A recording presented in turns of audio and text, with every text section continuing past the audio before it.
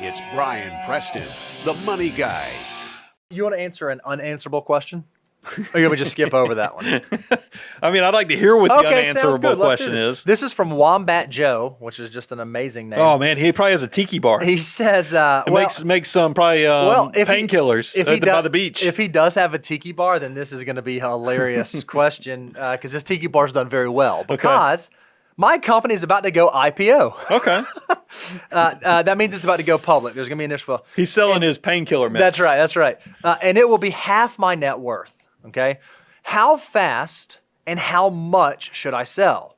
Drop to 10% of my portfolio immediately. So as soon as I can sell, I hear you guys say that. Drop to 25% over 6 months.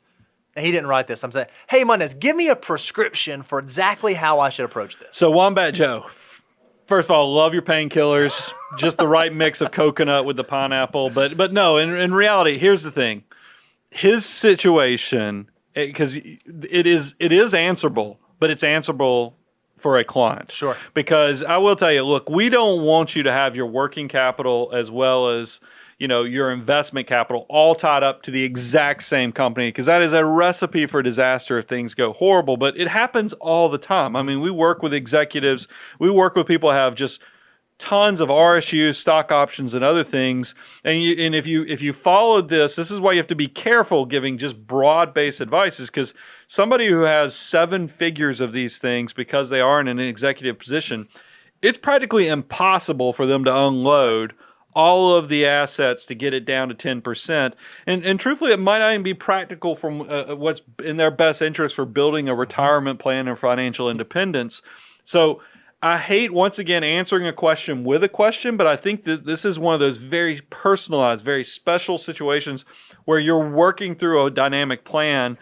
For some people, it might make sense to, immediately you go liquidate 90%, especially if it was just a few $1,000s, because you don't want to have that risk. But for somebody who's got such a concentration, you got to be a little more dynamic. You got to be a little more creative. You got to take a lot more financial planning into account to get to the correct answer for that individual. I love it. I agree with that answer wholeheartedly. Can I say something just a little bit different? Because it was an unanswerable question. It's an unanswerable, so that means I can do that. One of the things that I think is really interesting is that most often when we make financial decisions, we are comfortable not being 100% right so long as we can assure ourselves that we're not going to be 100% wrong. Well, one of the things when you work for a company and you put in your blood and your sweat and your tears and the company's done well, you probably have a lot of confidence that company's going to continue to do well. Yeah. You've put in the hard work, and there's a good chance that it might. A lot of companies will go IPO and the company will still advance and will still grow and will still progress.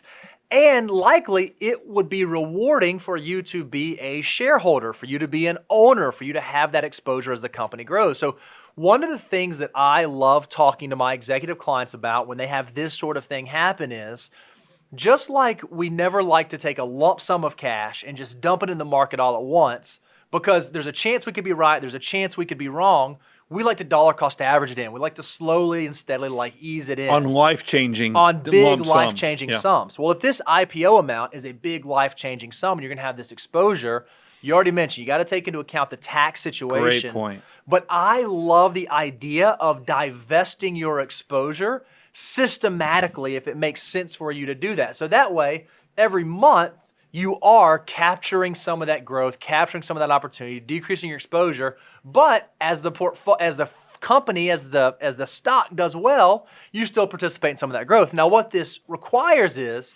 likely some dynamic divesting. So maybe I want to start by selling $20,000 a month, but if the stock keeps going up, I might want to increase that to $40,000 or $50,000. Or you have to figure out the numbers that make sense for you.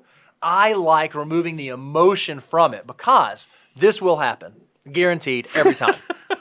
If you say, I'm going to sell 90% of it the day that it becomes available, stock market's going to open that morning. You'll be like, well, do I sell it now or do I sell it well, the market's down a little bit. I'm going to wait. I'm going to do this afternoon.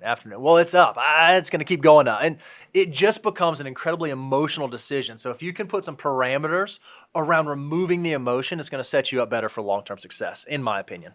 I completely concur. I love it.